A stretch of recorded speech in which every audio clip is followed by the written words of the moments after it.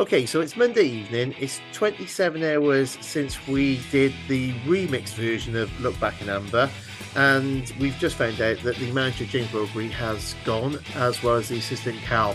I've not spoken to Stephen and Luke about this, so let's get their first reaction. Stephen, first reaction to that news. I don't think it's come as much of a surprise, really, given all the noise that's been around on social media, etc. after the game. I think it's a shame that it hasn't worked out for James Rowberry. I think the club went for another local boy like Mike Flynn, but they also went for a young, progressive manager, and I think they deserve a lot of credit for doing that because it was a bit of a risk.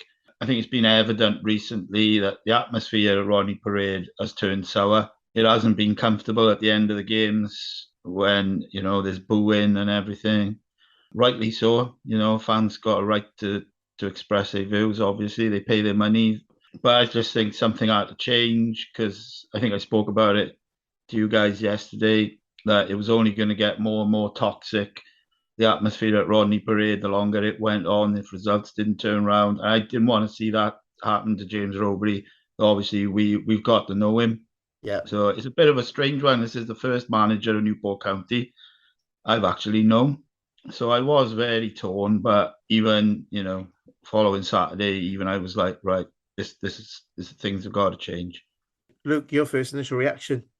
I'm absolutely gutted for the man. As Stephen would just said then, we know him. We've been lucky enough to spend time in his company.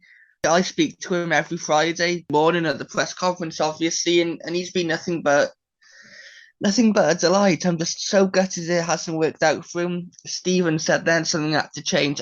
But in my humble opinion, I'd give him Crawley, and then if we lost, maybe sack him. Attendances haven't been great.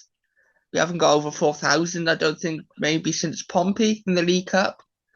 Something did have to change. It was evidence that it wasn't going right.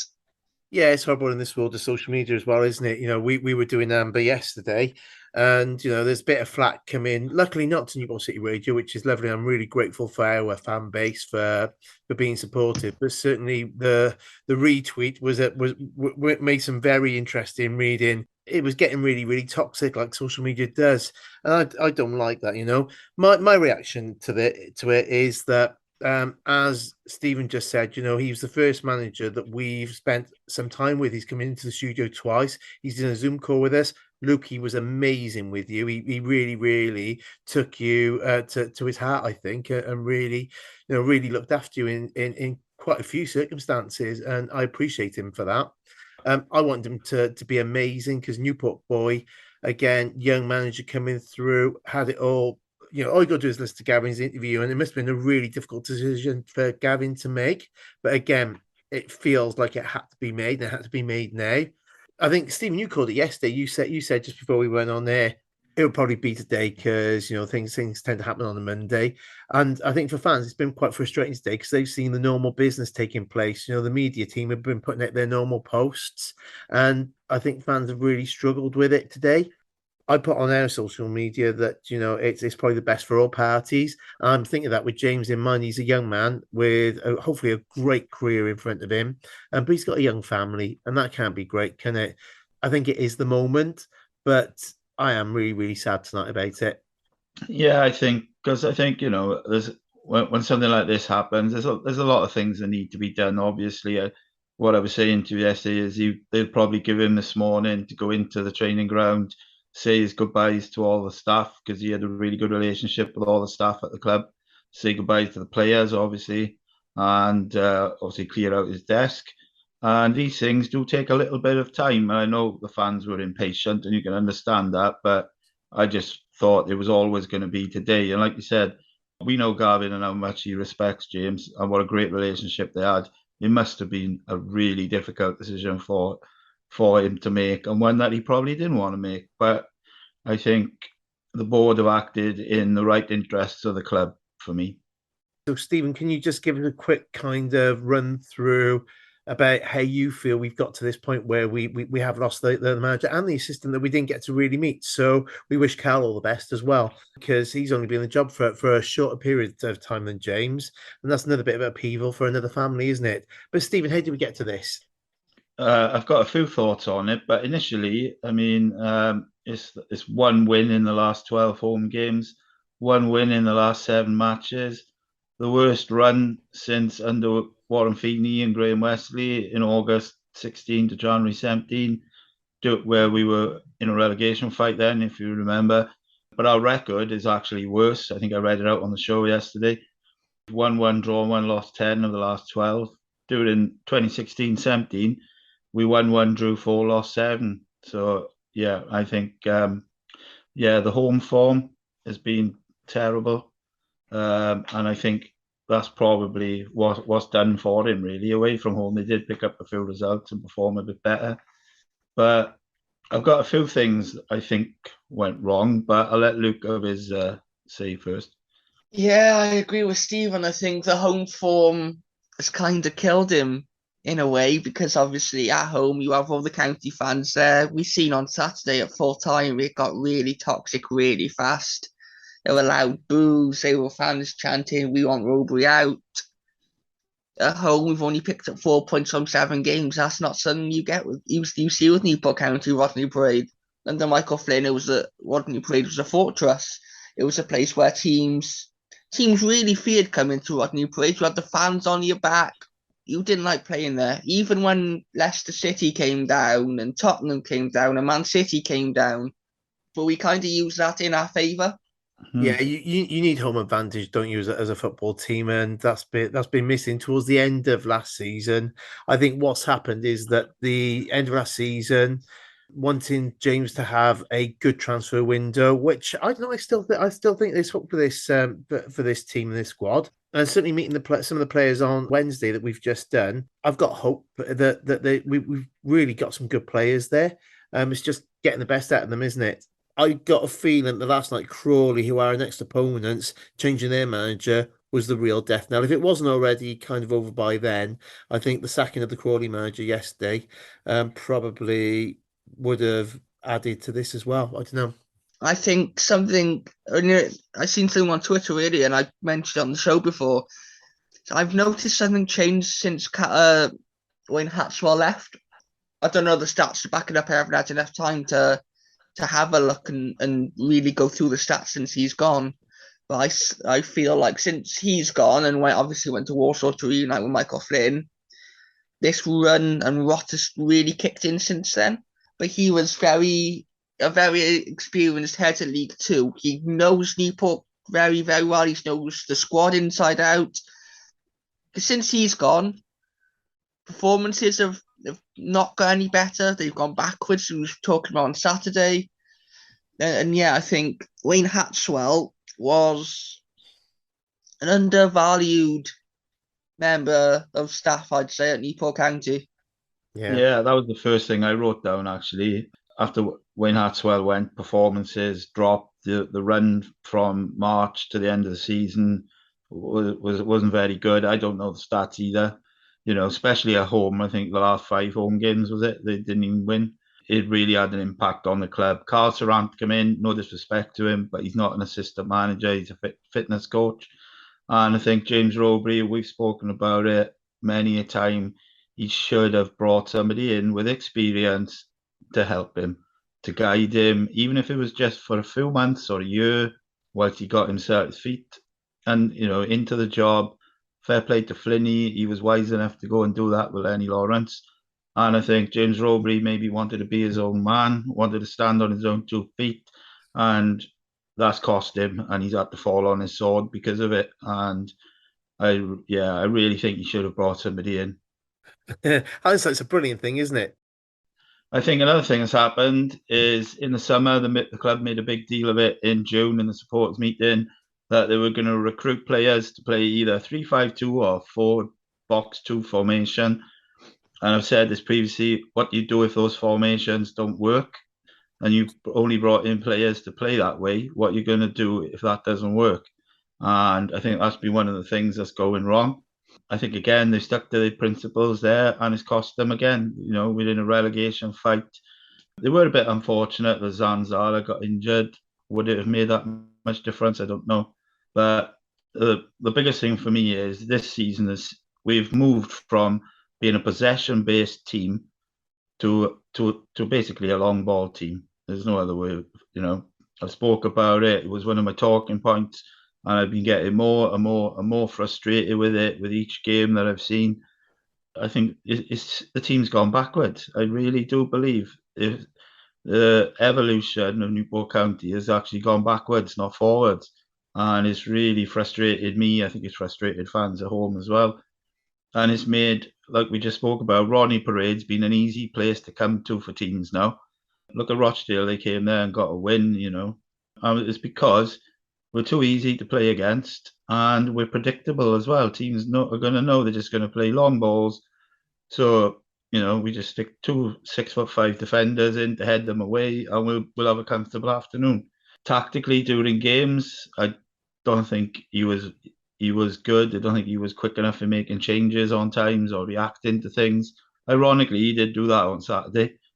And I think we spoke about Cameron Norman yesterday, and he's a classic example of the tactics and the formations not getting the best out of players.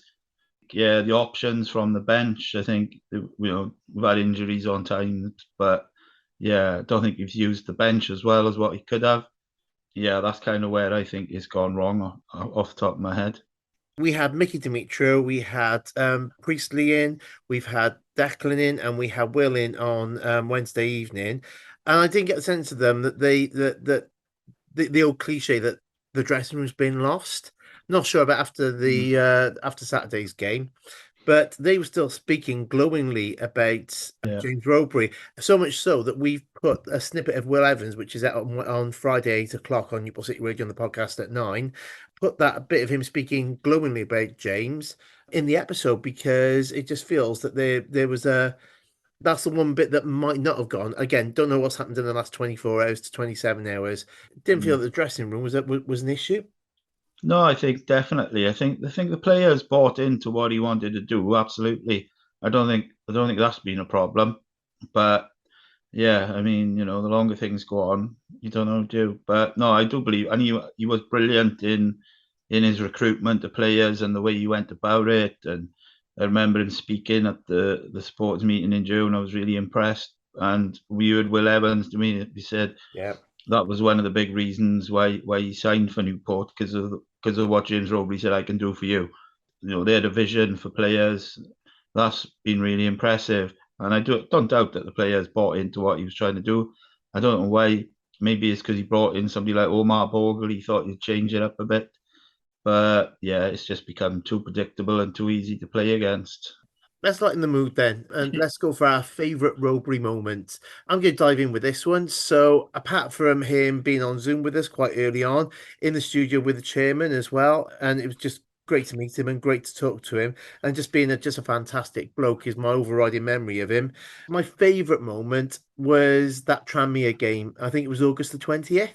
We won, and it just felt that this was the start of the new Rowberry era. And I was so pleased. I was going to text them and just, because I don't know them well enough to text them on that level, but I just felt inclined to text him just to say, wow, this is it now. I'm glad I didn't because it wasn't it, sadly. But it did feel in that moment this was everything coming together. I was just so pleased for everybody involved with the club at that moment in time. Because we were hearing when it's clicking, it's going to click, but it just hasn't seemed to have happened. We've had a few moments this season where you thought, right, come on, let's kick on and get on a run of results, but it's just not come, is it? And unfortunately, but yeah, that Tranmere game, I remember after that game, Garmin Vauxhall walking down the side of the pitch, beaming, and he was shouting up to James, and they were like, having a bit of banter together. They were so happy, and like we said, we've got to know him a little bit, so it kind of made it even more. And such a nice moment as well. Yeah. Okay, look, what was your favourite Robes moment? I don't think I have one specific moment. I think I just have an overriding sense of thanks to the man. Because as a 17-year-old young aspiring reporter, he's been nothing but fantastic to me. Yeah. As you said then, but he's been fantastic with me and with us. He's come in, he's given up his time, but he's given up his time on many different occasions to come in and have a chat to us. So yeah, I don't have one specific memory. I think it's just the way he's been with me. Stephen? My favourite moment, I think, maybe his second match in charge or third match. Maybe it was the first home game. But it was when me and Luke did a commentary and they beat Stevenage 5-0. And it was just such an amazing moment watching that Newport County playing, scoring loads of goals. And you just thought, wow, this is the future. I'm in. But yeah, I think that game, yeah, doing the commentary as well, which I'm always a bit nervous about, it was a good one to do. Yeah. It got nothing to do with the fact that my name's Steve and Newport County were beating Steve 5-0. Yeah, that was probably my favourite moment. But I got to agree, I think he's been such a gentleman. Definitely, Luke, his relationship with you could see it in the press conferences. And when he came in to see us as well, you could see like he would really, really, as Lamsey said, he took you under his wing. And he's just been such a gentleman. Let's look forward a little bit then. So early days, we know that Darren Kelly will be in charge for the Crawley game, which is away. Let's take a quick look at who we think the next manager is going to be. Well, before I give my opinion, a very good friend and friend of the show, Dan Fraser, has chipped in with an idea. He says that he'd choose Ian Birchall. I think that's how you pronounce his name. He's currently at Forest Green, not exactly left of Forest Green right now, but plays good football at Notts County. Newport could be the middle ground he needs between the two in order to progress themselves. I agree. Forest Green aren't really doing well in League One. Stephen, I know you've seen them come to Rodney Parade in the Papa John's Trophy the other week. What did you make of them when you seen them come down? Yeah, they were really good football inside, and County give a good account of themselves. I haven't really got a name, but I just think now we need to steady the ship. In my opinion, we need somebody with a bit of experience now. Well, I have a few people that potentially could steady that ship. Oh, go on. One is Graham Alexander. He was ex-Salford. He was really surprised when he was sacked because I think they were second in the league and they just lost their first game in 10. I could be wrong, but I do remember they were going really, really well and then he got sacked. David Artell, he is ex-Crew. He was with them for most of last season. He got them promoted from League Two, so he has promotion experience under his belt. And then the other one is, and I don't think he wants to come back down to League Two anytime soon, is Rob Edwards, ex-Forest Green, ex-Watford. Obviously, he just got sacked by Watford. So I think he's already proven himself at this level. The only reason he might come back down is because he's part Welsh, and he might want to do it with a Welsh club. Then Cardiff are looking for a new manager, so if he's going to go anywhere in Wales, it's probably a little way down to the Cardiff City Stadium. Something I have seen on social media is Kevin Ellison, as soon as the news came out about James Rowberry leaving, he put a little gif of a CV. What that means, I don't know. I know he's been doing his coaching badges, but could we see maybe a player as managers, and then some of the coaches, players? Got Mark O'Brien obviously in and around the place, David Pipe. We had Mickey D on, he said he's doing his coaching badges. Is that another case of risk versus reward? Well, we need to protect the blind side on this one. The blind side is there any other Newport boys out there, Tony Pulis, that could be squeezed in maybe? So we missed it last time, didn't we? But I don't know a Newport boy, but I know a my Steg boy who's got a very good record as a football manager that could do a job. Well, I have won the championship twice, but I'm not very good at Newport County, to be honest. I'm not the man for the job, Luke, I'm afraid. There's one that's ruled himself out. Right, guys, let's wrap it up. So we will see you on the next Look Back in Amber, which is going to be on the 23rd of October. We have got the special edition with Will Evans coming up on Friday. And we will no doubt, when we know who the new manager is, have thoughts on that as well. So thank you again for listening today.